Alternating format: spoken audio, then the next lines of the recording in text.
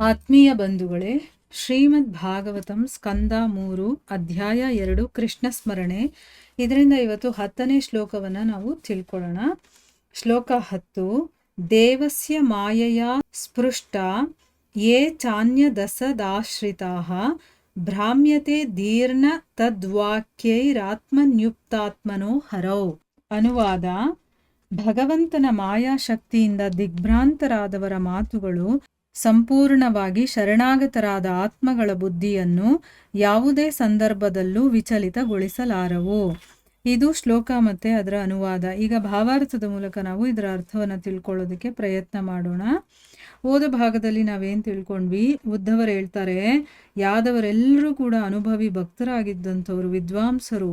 ಆದರೂ ಕೂಡ ಅವರು ಭಗವಂತನ ಜೊತೆ ಇರುವಂಥ ಒಂದು ಸಂದರ್ಭ ಅವ್ರಿಗೆ ಬೇಕಾದಷ್ಟು ಸಿಕ್ಕಿತ್ತು ಕೂಡ. ಆದರೆ ಅವರು ಭಗವಂತನನ್ನ ಎಲ್ಲ ಕಡೆ ಇರುವಂಥ ಪರಮಾತ್ಮ ಅನ್ನೋದ್ರ ಬಗ್ಗೆ ಮಾತ್ರ ತಿಳ್ಕೊಂಡಿದ್ರು. ಅಂದರೆ ಅವರು ಭಗವಂತ ದೇವೋತ್ತಮ ಪರಮಪುರುಷ ಅನ್ನೋದನ್ನ ಅವರು ತಿಳ್ಕೊಳ್ಳಿಲ್ಲ ಅಂತನ್ಬಿಟ್ಟು ಹೇಳಿದ್ರು. ಈಗ ಈ ಶ್ಲೋಕದಲ್ಲಿ ಏನು ಹೇಳ್ತಾ ಇದ್ದಾರೆ ಅಂತ ತಿಳ್ಕೊಳ್ಳೋಣ. ಭಗವಂತನ ಮಾಯಾಶಕ್ತಿಯಿಂದ ಯಾರು ದಿಗ್ಭ್ರಾಂತರಾಗಿರ್ತಾರೋ ಅಂಥವರ ಮಾತುಗಳು.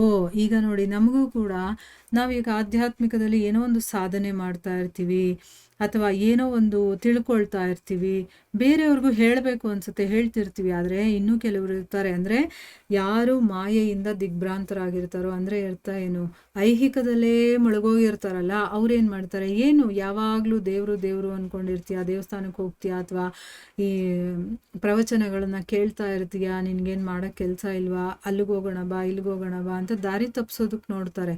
ಅಂದರೆ ಅವರು ಬೇರೆ ರೀತಿಯ ಮಾತುಗಳನ್ನು ಹೇಳಿ ನಮ್ಮ ಮನಸ್ಸನ್ನ ಡೈವರ್ಟ್ ಮಾಡುವಂತ ಕೆಲಸ ಮಾಡ್ತಾರೆ. ಆದ್ರೆ ಕೆಲವರು ಅದಕ್ಕೆ ಒಳಗಾಗ್ತಾರೆ. ಅಂದ್ರೆ ಅವ್ರು ಹೇಳೋ ಮಾತನ್ನ ಕೇಳಿ ಅವರು ದಾರಿ ತಪ್ಪುವಂತವ್ರು ಇರ್ತಾರೆ. ಆದ್ರೆ ಯಾರು ಭಗವಂತನಿಗೆ ಸಂಪೂರ್ಣವಾಗಿ ಶರಣಾಗತರಾಗಿರ್ತಾರೋ ಅಂಥ ಆತ್ಮಗಳ ಬುದ್ಧಿಯನ್ನ ಯಾವುದೇ ಸಂದರ್ಭದಲ್ಲೂ ಕೂಡ ಯಾರು ವಿಚಲಿತಗೊಳಿಸೋದಕ್ಕೆ ಸಾಧ್ಯ ಇಲ್ಲ.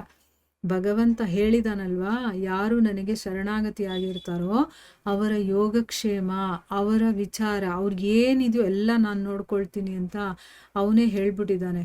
ಅಂದರೆ ಯಾರು ನನಗೆ ಸಂಪೂರ್ಣವಾಗಿ ಶರಣಾಗತರಾಗಿರ್ತಾರೋ ಅವರನ್ನ ನೋಡ್ಕೊಳ್ಳೋ ಜವಾಬ್ದಾರಿ ನಂದು ಅಂತ ಹೇಳ್ತಾರೆ. ಇದಕ್ಕೆ ಬೆಸ್ಟ್ ಎಕ್ಸಾಂಪಲ್ಲು ಪ್ರಹ್ಲಾದ ಮಹಾರಾಜ ನೋಡಿ, ಕಂಪ್ಲೀಟ್ ಆಗಿ ನನಗೆ ಹರಿನೇ ಎಲ್ಲ ಅಂತ ಹೇಳ್ಬಿಡ್ತಾನೆ. ಆಗ ಭಗವಂತ ಮೇಲಿಂದ ಹಾಕಿದ್ರು, ಆನೆ ಕೆಳಗಡೆ ತುಳಿಸೋಕೆ ಹೋದ್ರು, ವಿಷ ಕೊಟ್ಟರು, ಅವನು ಏನು ಹೆದರ್ಕೊಳ್ಳೋದೇ ಇಲ್ಲ. ಭಗವಂತ ನನ್ನನ್ನು ಕಾಪಾಡೋಕ್ಕಿದ್ದಾನೆ, ಅವನು ಕಾಪಾಡಬೇಕು ಅಂತ ಡಿಸೈಡ್ ಮಾಡಿದ್ಮೇಲೆ ನನ್ನನ್ನು ಯಾರು ಏನು ಮಾಡೋಕ್ಕಾಗಲ್ಲ ಅಂತ ಅವ್ನಿಗೆ ಗೊತ್ತು. ಅದಕ್ಕೆ ಅವನ ಮೇಲೆ ಬಿಟ್ಬಿಡ್ತಾನೆ. ನಾನು ಅವನಿಗೆ ಶರಣಾಗತಿ ಆಗ್ಬೇಕು. ಅವನು ಹೇಳಿರೋದೇನು, ನನಗೆ ಶರಣಾಗತಿ ಆದವರ ಎಲ್ಲ ವಿಚಾರ ನಾನು ನೋಡ್ಕೋತೀನಿ ಅಂತ ಹೇಳಿದಾನಲ್ವಾ, ಅವನಿಷ್ಟ. ನನ್ನನ್ನು ಕೊಲ್ಲಿಸ್ಬೇಕೋ ನನ್ನನ್ನು ಉಳಿಸ್ಬೇಕೋ ಡಿಸೈಡ್ ಮಾಡೋನು ಅವನು ಅಂತ ಅವನು ಕಂಪ್ಲೀಟಾಗಿ ಸರೆಂಡರ್ ಆಗಿರ್ತಾನೆ. ಅದಕ್ಕೆ ಭಗವಂತ ಅವನನ್ನು ಉಳಿಸ್ತಾನೆ, ಪ್ರತಿ ಕ್ಷಣದಲ್ಲೂ ಉಳಿಸ್ತಾನಲ್ವ ಅವನಿಗೆ. ಆ ರೀತಿ ಯಾರು ಸಂಪೂರ್ಣವಾಗಿ ಶರಣಾಗತರಾಗಿರ್ತಾರೋ ಅವರು ಯಾವುದೇ ಸಂದರ್ಭದಲ್ಲಿ ವಿಚಲಿತರಾಗೋದಿಲ್ಲ. ಯಾಕಂದರೆ ಭಗವಂತ ಅಲ್ಲಿ ಕಾಯ್ತಾ ಇರ್ತಾನೆ ಅಂಥವ್ರನ್ನ. ಈಗ ಭಾವಾರ್ಥದಲ್ಲಿ ಗುರುಗಳೇನು ಹೇಳಿದ್ದಾರೆ ಅಂತ ತಿಳ್ಕೊಳ್ಳೋಣ. ವೇದಗಳಲ್ಲಿ ದೊರೆಯುವ ಸಕಲ ಸಾಕ್ಷ್ಯಾಧಾರಗಳ ಪ್ರಕಾರ ಭಗವಾನ್ ಶ್ರೀಕೃಷ್ಣನೇ ದೇವೋತ್ತಮ ಪರಮಪುರುಷನು. ಶ್ರೀಪಾದ ಶಂಕರಾಚಾರ್ಯರು ಸೇರಿದಂತೆ ಎಲ್ಲ ಆಚಾರ್ಯರು ಅವನನ್ನು ಒಪ್ಪಿಕೊಂಡಿದ್ದಾರೆ. ಆದರೆ ಅವನು ಭೂಲೋಕದಲ್ಲಿ ಅವತರಿಸಿದಾಗ ವಿವಿಧ ಬಗೆಯ ಜನರು ವಿವಿಧ ರೀತಿಯಲ್ಲಿ ಅವನನ್ನು ಅಂಗೀಕರಿಸಿದರು.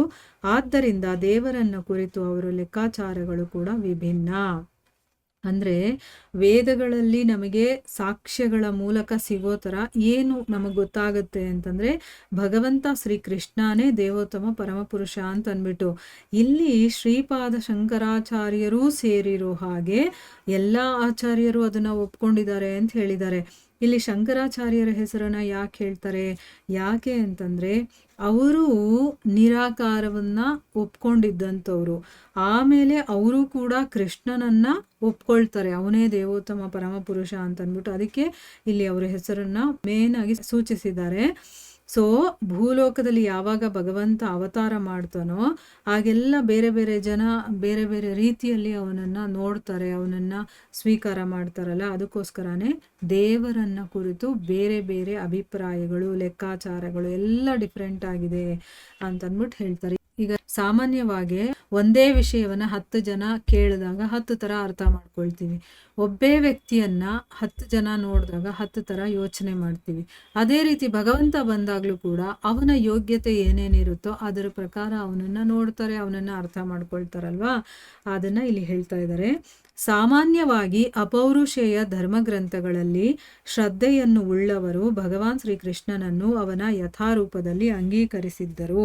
ಭಗವಂತನು ಭೂಲೋಕದಿಂದ ಕಣ್ಮರೆಯಾದಾಗ ಇವರೆಲ್ಲರೂ ದುಃಖ ಸಾಗರದಲ್ಲಿ ಮುಳುಗಿ ಹೋದರು.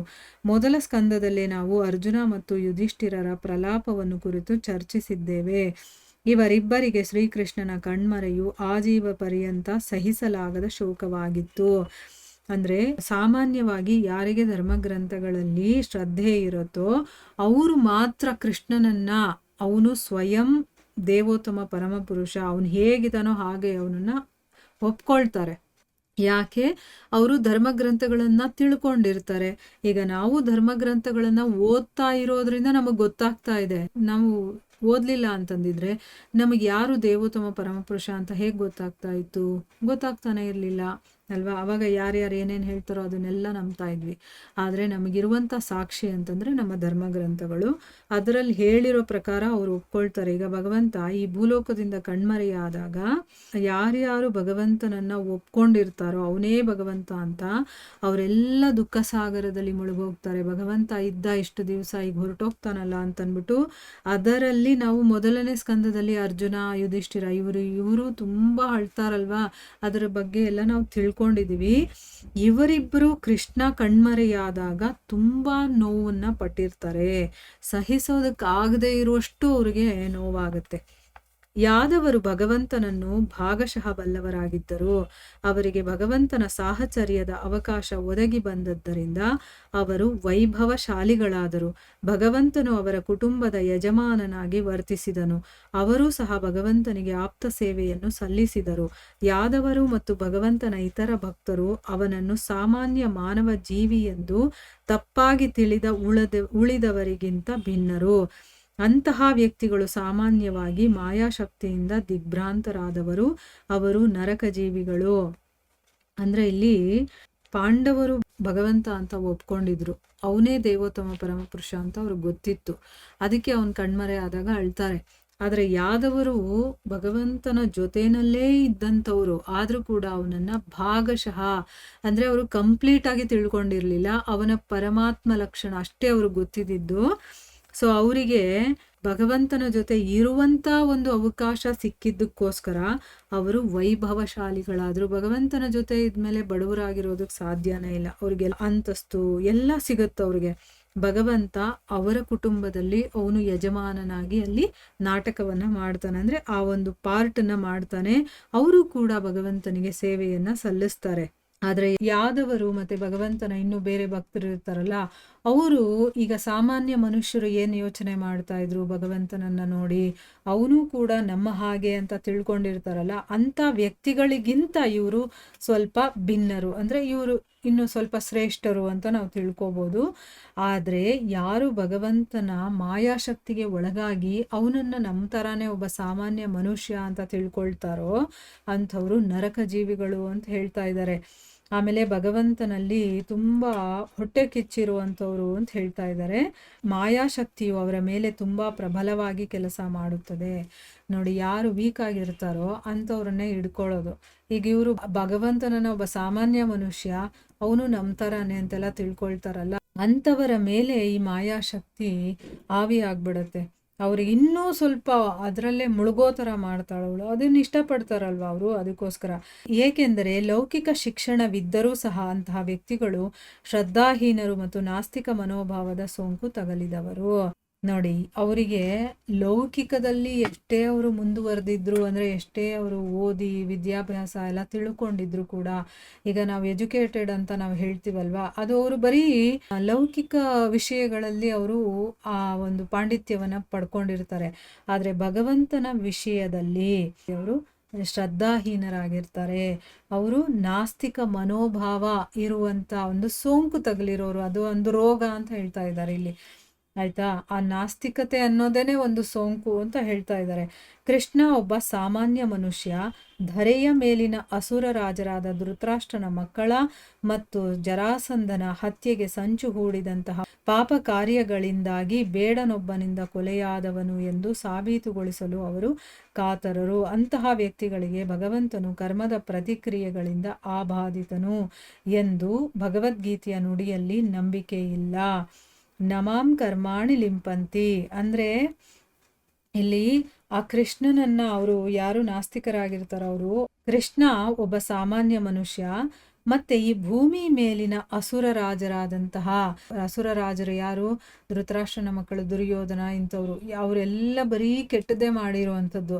ಅದಕ್ಕೆ ಅಂಥ ಧೃತರಾಷ್ಟ್ರನ ಮಕ್ಕಳು ಮತ್ತೆ ಜರಾಸಂಧ ಇದಾನಲ್ಲ, ಅವನ ಹತ್ಯೆಗೆ ಸಂಚು ಮಾಡಿದ್ರಿಂದ ಅಂಥ ಪಾಪ ಕಾರ್ಯಗಳಲ್ಲಿ ಆ ಕೃಷ್ಣ ತೊಡಗಿದ್ದ, ಅವನು ಆ ಕೆಲಸಗಳನ್ನ ಮಾಡದ, ಅದಕ್ಕೋಸ್ಕರನೇ ಅವನು ಒಬ್ಬ ಬೇಡನಿಂದ ಕೊಲೆಗೀಡಾದ. ಅಂದ್ರೆ ಅವನು ಆ ರೀತಿ ಕೆಲಸ ಮಾಡಿದ್ದಕ್ಕೆ ಅವನಿಗೆ ಆ ಶಿಕ್ಷೆ ಸಿಕ್ತು, ಬೇಡ ಬಂದು ಅವನು ಕೊಲೆ ಮಾಡ್ದ ಅಂತಂದ್ಬಿಟ್ಟು ಆ ರೀತಿ ಅವರು ಸಾಬೀತು ಮಾಡೋದಕ್ಕೆ ಅವರು ಕಾತರರಾಗಿ ಕಾಯ್ತಾ ಇರ್ತಾರೆ. ಅಂತ ವ್ಯಕ್ತಿಗಳಿಗೆ ಇದು ಗೊತ್ತಿಲ್ಲ ಏನು ಅಂತಂದ್ರೆ, ನಮ್ಮ ಹಾಗೆ ಭಗವಂತ ಕರ್ಮದ ಪ್ರತಿಕ್ರಿಯೆಗೆ ಒಳಗಾಗೋನಲ್ಲ, ಇದು ಭಗವದ್ಗೀತೆನಲ್ಲಿ ಹೇಳಿದೆ. ಆದ್ರೆ ಅವ್ರಿಗೆ ಅದರಲ್ಲಿ ನಂಬಿಕೆ ಇಲ್ಲ. ಭಗವದ್ಗೀತೆ ಅವ್ರೇನು ಓದ್ತಾರಾ? ಇಲ್ಲ. ರಾಕ್ಷಸ ಸ್ವಭಾವ ಇರೋರು ಭಗವದ್ಗೀತೆನ ಓದ್ತಾರಾ? ಇಲ್ಲ. ಭಗವಂತನಲ್ಲಿ ನಂಬಿಕೆ ಇಲ್ಲದೆ ಇರೋರು ಭಗವದ್ಗೀತೆನ ಓದ್ತಾರಾ? ಇಲ್ಲ. ಸೊ ಅದಕ್ಕೆ ಭಗವಂತ ಹೇಳಿರೋ ಮಾತದು, ಅದನ್ನ ಎಲ್ಲಿ ಕೇಳ್ತಾರ ಅವರು? ಅದಕ್ಕೆ ಅಲ್ಲಿ ಭಗವಂತ ಸ್ವಯಂ ಹೇಳಿದಾನೆ, ಕರ್ಮದ ಯಾವುದೇ ಪ್ರತಿಕ್ರಿಯೆಗಳಿಗೆ ಆಬಾಧಿತನಾಗಿರೋನು, ನನಗೆ ಅದು ಲಾಗೂ ಆಗೋದಿಲ್ಲ, ಅಂದ್ರೆ ನಾನು ಆ ಪ್ರತಿಕ್ರಿಯೆಗಳಿಗೆ ಒಳಗಾಗೋದಿಲ್ಲ ಅಂತಂದ್ಬಿಟ್ಟು. ನಾಸ್ತಿಕರ ದೃಷ್ಟಿಯಲ್ಲಿ ಭಗವಾನ್ ಶ್ರೀಕೃಷ್ಣನ ಕುಟುಂಬವಾದ ಯದುವಂಶವು ಧೃತರಾಷ್ಟ್ರ ಮತ್ತು ಅವನ ಪುತ್ರರನ್ನು ಹತ್ಯೆ ಮಾಡುವಂತಹ ಕೃಷ್ಣನ ಪಾಪ ಕಾರ್ಯಗಳಿಂದಾಗಿ ಬ್ರಾಹ್ಮಣರ ಶಾಪಕ್ಕೆ ತುತ್ತಾಗಿ ನಾಶವಾಯಿತು. ಈ ಎಲ್ಲ ಪಾಷಂಡ ಮಾತುಗಳು ಭಗವದ್ಭಕ್ತರ ಹೃದಯವನ್ನು ತಟ್ಟುವುದಿಲ್ಲ, ಏಕೆಂದರೆ ಅವರಿಗೆ ಯಾವುದು ಏನು ಎಂಬುದು ಚೆನ್ನಾಗಿ ಗೊತ್ತು. ಭಗವಂತನನ್ನು ಕುರಿತ ಅವರ ಬುದ್ಧಿಯು ಎಂದಿಗೂ ವಿಚಲಿತವಾಗದು. ಆದರೆ ಅಸುರರ ಮಾತುಗಳಿಂದ ವಿಚಲಿತರಾದವರೂ ಕೂಡ ಖಂಡನಾರ್ಹರು. ಉದ್ಧವನು ಈ ಶ್ಲೋಕದಲ್ಲಿ ಹೇಳಿರುವುದು ಇದನ್ನೇ. ಈಗ ಭಗವಂತನ ಬಗ್ಗೆ ಬೇಕಾದಷ್ಟು ಮಾತಾಡ್ತಾರೆ. ಅವನು ರಾಸಲೀಲೆಯನ್ನ ಮಾಡ್ತಾನಲ್ಲ, ಅದರ ಬಗ್ಗೆ, ಅವನು ಗೋಪಿಕೆಯರ ಜೊತೆ ನಡ್ಕೊಳ್ಳುವಂಥ ರೀತಿ ಅದನ್ನ ನೋಡಿ, ಆಮೇಲೆ ಅವನಿಗೆ 16,000 ಹೆಂಡತಿಯರಿರ್ತಾರಲ್ಲ ಅದ್ರ ಬಗ್ಗೆ, ಎಲ್ಲಾದ್ರ ಬಗ್ಗೆನೂ ಬೇರೆ ಬೇರೆ ರೀತಿಯಲ್ಲಿ ಟೀಕೆ ಮಾಡು ಹಾಗೆ ಮಾತಾಡ್ಕೊಳ್ತಾರೆ ನಾಸ್ತಿಕರು. ಆಯ್ತಾ. ಇಲ್ಲಿ ಅಷ್ಟೇನೆ ಭಗವಂತ ಶ್ರೀಕೃಷ್ಣನ ಕುಟುಂಬ ಯಾವುದು, ಯದುವಂಶ ಅಲ್ವಾ, ಯದುವಂಶ ಧೃತರಾಷ್ಟ್ರ ಮತ್ತೆ ಅವನ ಮಕ್ಕಳನ್ನ ಕೊಲೆ ಮಾಡಬೇಕು, ಹತ್ಯೆ ಮಾಡಬೇಕು ಅನ್ನುವಂತಹ ಆ ಕೃಷ್ಣನ ಪಾಪ ಕಾರ್ಯ ಇದೆಯಲ್ಲ, ಅದರಿಂದಾನೆ ಬ್ರಾಹ್ಮಣರ ಶಾಪಕ್ಕೆ ತುತ್ತಾಯ್ತು ಅವರ ಒಂದು ವಂಶ ಅಂತ ಹೇಳ್ತಾನೆ. ಯದುವಂಶ ನಾಶ ಆಗೋದಕ್ಕೆ ಬ್ರಾಹ್ಮಣ ಕೊಟ್ಟಂತ ಶಾಪ ಕಾರಣ ಅಲ್ವಾ, ಆ ಶಾಪ ಕೊಡೋದಕ್ಕೆ ಕೃಷ್ಣನೇ ಕಾರಣ. ಅವನು ಈ ರೀತಿ ಎಲ್ಲ ಮಾಡ್ತಾನಲ್ಲ, ಧೃತರಾಷ್ಟ್ರನ ಮಕ್ಕಳನ್ನ ಕೊಲ್ತಾನೆ, ಧೃತರಾಷ್ಟ್ರನ ಹತ್ಯೆಗೂ ಕೂಡ ಅವನೇ ಕಾರಣನಾಗ್ತಾನಲ್ಲ, ಆ ಕಾರಣಕ್ಕೆ ಇವನಿಗೆ ಶಾಪ ಬಂತು ಅಂತಂದ್ಬಿಟ್ಟು ಹೇಳ್ತಾ ಇದ್ದಾರೆ. ಅಂದ್ರೆ ಈ ರೀತಿ ಎಲ್ಲ ಮಾತಾಡಿದಾಗ ಕೃಷ್ಣನ ಮೇಲೆ ನಮಗಿರುವಂತ ಭಕ್ತಿ ಅಥವಾ ಅವನಲ್ಲಿರುವಂತ ನಂಬಿಕೆ ಹೊರಟೋಗುತ್ತೆ ಅಂತಂದ್ಬಿಟ್ಟು, ಭಕ್ತರ ಮುಂದೆ ಈ ರೀತಿ ಎಲ್ಲ ಮಾತಾಡೋರು ಬೇಕಾದಷ್ಟು ಜನ ಸಿಗ್ತಾರೆ. ಏನು ಕೃಷ್ಣನನ್ನ ದೇವ್ರು ಅಂತ ನೀನು ಒಪ್ಕೊಳ್ಳೋದು ಅದು ತಪ್ಪು, ಅವನು ದೇವರಲ್ಲ, ಅವನು ಹೀಗೆ ಮಾಡಿದಾನೆ ಹಾಗೆ ಮಾಡಿದಾನೆ ಅಂತೆಲ್ಲ ಹೇಳ್ತಾರೆ. ಆದರೆ ಯಾರು ಭಗವಂತನ ಭಕ್ತರಾಗಿರ್ತಾರೋ ಅದ್ಯಾವುದು ಅವ್ರು ಹೇಳೋದು ನಮ್ಮ ಹೃದಯಕ್ಕೆ ತಟ್ಟೋದಿಲ್ಲ. ಯಾಕೆ ಅಂತಂದ್ರೆ ಆ ಭಕ್ತರಿಗೆ ಗೊತ್ತಿರುತ್ತೆ ಯಾವುದು ಏನು ಅಂತಂದ್ಬಿಟ್ಟು, ಭಗವಂತ ಅಲ್ಲಿ ಏನಕ್ಕೆ ಮಾಡ್ತಾನೆ, ಯಾಕೆ ಮಾಡ್ತಾನೆ, ಆ ಕೆಲಸವನ್ನ ಅದು ಹೇಗಾಗಿದೆ, ಇದೆಲ್ಲ ನಮಗೆ ಧರ್ಮಗ್ರಂಥಗಳಲ್ಲಿ ಸಿಗುತ್ತೆ. ಅದರಲ್ಲಿ ಮಾಹಿತಿಗಳಿದೆ, ಅದನ್ನೆಲ್ಲ ನಾವು ತಿಳ್ಕೊಂಡಿರ್ತೀವಿ. ಭಗವಂತನ ಮೇಲೆ ನಮಗೆ ಅಪಾರವಾದ ನಂಬಿಕೆ, ಶ್ರದ್ಧೆ ಇರುತ್ತೆ. ಭಕ್ತರಾಗಿರೋರಿಗೆ ಯಾವತ್ತೂ ಅದು ಎಫೆಕ್ಟ್ ಆಗೋದಿಲ್ಲ. ಇಲ್ಲ ಅಂತಂದ್ರೆ ಏನಾಗುತ್ತೆ, ನಾವು ಸ್ಟ್ರಾಂಗ್ ಆಗಿಲ್ಲ ಅಂತಂದ್ರೆ ಏನಾಗುತ್ತೆ, ಯಾರಾದರೂ ಏನಾದರೂ ಬಂದು ಹೇಳಿದ ತಕ್ಷಣ ನಮ್ಮ ಮನಸ್ಸು ವಿಚಲಿತವಾಗುತ್ತೆ, ನಮ್ಮ ಬುದ್ಧಿ ಕೂಡ ವಿಚಲಿತವಾಗುತ್ತೆ. ಆದ್ರೆ ಬೇರೆಯವರು ಬಂದು ಹೇಳಿದ ತಕ್ಷಣ ಆ ರೀತಿ ನಮ್ಮ ಮನಸ್ಸು ವಿಚಲಿತರಾಗ್ತಾರೋ ಅವರು ಖಂಡನಾರ್ಹರು ಅಂತ ಹೇಳ್ತಾ ಇದ್ದಾರೆ. ಅಂದ್ರೆ ಅದು ಸರಿಯಲ್ಲ ಅನ್ನೋದನ್ನ ಇಲ್ಲಿ ಉದ್ಧವ ಈ ಶ್ಲೋಕದಲ್ಲಿ ಹೇಳ್ತಾ ಇರೋದು ಕೂಡ ಇದನ್ನೇ. ಈಗ ನೋಡಿ, ನಾವು ಈ ಒಂದು ಸಾಧನೆಯನ್ನು ಮಾಡಬೇಕಾದ್ರೆ ಬೇಕಾದಷ್ಟು ತೊಡಕುಗಳು ನಮಗೂ ಬರುತ್ತೆ. ನಮ್ಮ ದಾರಿ ತಪ್ಪಿಸೋದಕ್ಕೆ ಬೇಕಾದಷ್ಟು ನೂರಾರು ಜನ ಬಂದು ಹೇಳ್ತಾರೆ ನಮಗೆ, ಇದನ್ನು ಕೇಳಬೇಡ, ಅದನ್ನು ಮಾಡಬೇಡ, ಇದನ್ನು ಓದಬೇಡ, ಇವರು ಹೇಳಿರೋದು ಕೇಳಬೇಡ, ಈ ರೀತಿ ಬೇರೆ ಬೇರೆ ರೀತಿಯಲ್ಲಿ ಬಂದು, ಮತ್ತೆ ಯಾಕೆ ಇದನ್ನೆಲ್ಲ ಈ ವಯಸ್ಸಲ್ಲೇ ಮಾಡ್ತಾ ಇದೆಯಾ, ಇನ್ನೂ ನಮ್ಗೆ ಎಷ್ಟೋ ವಯಸ್ಸಿದೆ, ಅದೆಲ್ಲ ವಯಸ್ಸಾದ್ಮೇಲೆ ಮಾಡೋದು, ಯಾವಾಗ ವಯಸ್ಸಾಗುತ್ತೆ ಅಂತ ಗೊತ್ತಿಲ್ಲ, ನಮ್ಮ ಜೀವನದಲ್ಲಿ ಎಷ್ಟು ಆಯಸ್ಸಿದೆ ಅಂತ ಗೊತ್ತಿಲ್ಲ, ಹೇಗೆ ನಾವು ಡಿಸೈಡ್ ಮಾಡೋದು ಅಲ್ವಾ? ಈಗ ನಮ್ಮ ಶರೀರ ಚೆನ್ನಾಗಿರ್ಬೇಕಾದ್ರೇನೆ ನಮಗೆ ಕೂತ್ಕೊಂಡು ಕೇಳೋಕ್ಕಾಗಲ್ಲ ಅಂತಂದಮೇಲೆ ಈ ಶರೀರ ವೀಕ್ ಆಗ್ತಾ ಇರುತ್ತೆ ಆದಂಗೆ. ಆಗ ನಾವು ಕೂತ್ಕೊಂಡು ಕೇಳೋಕ್ಕಾಗುತ್ತಾ? ನಮ್ಮ ಕಿವಿ ಸರಿ ಇರುತ್ತೋ ಇಲ್ವೋ ಅಲ್ವಾ? ಕೂತ್ಕೊಳ್ಳೋದಕ್ಕೆ ನಮಗಾಗುತ್ತೋ ಇಲ್ವೋ, ಅಥವಾ ಮಲ್ಕೊಂಡು ಕೇಳೋಕ್ಕೂ ನಮಗಾಗುತ್ತೋ ಇಲ್ವೋ ಅಂಥ ಸಿಚುವೇಶನ್ನು ಬಂದ್ಬಿಡುತ್ತೆ. ಹೇಗಿರುತ್ತೋ ಗೊತ್ತಿಲ್ಲ. ಯಾವಾಗ ನಮಗೆ ಗೊತ್ತಾಗುತ್ತೋ ಆಗ ನಾವು ಅದನ್ನು ಮಾಡ್ಕೊಂಡು ಹೋಗ್ತಾ ಇರಬೇಕು. ಆಗ ಮಾಡೋಣ ಈಗ ಮಾಡೋಣ ಅಂತಂದರೆ ಅದು ಆಗೋದೇ ಇಲ್ಲ. ಅದರಲ್ಲೂ ಆಧ್ಯಾತ್ಮಿಕತೆ ಅನ್ನೋದು ಸಿಗೋದೇ ಅಪರೂಪ. ಈಗ ಒಂದು ಮನೆಯಲ್ಲಿ 10 ಜನ ಇದ್ದರೆ 10 ಜನದಲ್ಲಿ ಎಷ್ಟು ಜನ ಭಗವದ್ಗೀತೆನ ಕೇಳ್ತಾರೆ? ಒಬ್ಬರು. ಆ ಒಬ್ರು ಕೇಳ್ತಾ ಇದ್ದಾರಲ್ಲ ಅನ್ನೋದಕ್ಕೆ 28 ಜನ ಕಲ್ಲು ಹಾಕಕ್ಕೆ ಬರ್ತಾರೆ, ಆಯಿತಾ? ಆದರೆ ಅದಕ್ಕೆಲ್ಲ ನಾವು ತಲೆ ಕೆಡಿಸ್ಕೋಬಾರ್ದು. ನಮ್ಮ ಸಾಧನೆ ಏನಿದೆಯೋ ನಾವು ಮಾಡಬೇಕು.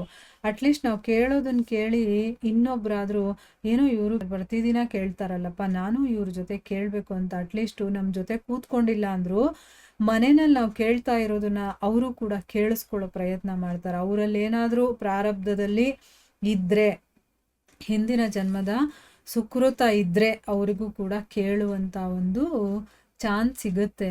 ಇಲ್ಲ ಅಂತಂದರೆ ಇಲ್ಲ, ಅದು ಅವರವರ ಸುಕೃತ ಕರ್ಮದಿಂದ ಸಿಗುವಂಥದ್ದು. ಸೊ ನಮಗೆ ಭಗವಂತ ಕೊಟ್ಟಿದ್ದಾನೆ, ನಾವು ಅದನ್ನು ಸರಿಯಾದ ರೀತಿಯಲ್ಲಿ ಉಪಯೋಗಿಸ್ಕೊಂಡು ನಾವು ಆಧ್ಯಾತ್ಮಿಕದಲ್ಲಿ ಮುಂದುವರಿಯೋಣ ಅಂತ ಹೇಳ್ತಾ ಇಲ್ಲಿಗೆ ನಾವು ನಿಲ್ಲಿಸೋಣ. ಹರೇ ಕೃಷ್ಣ.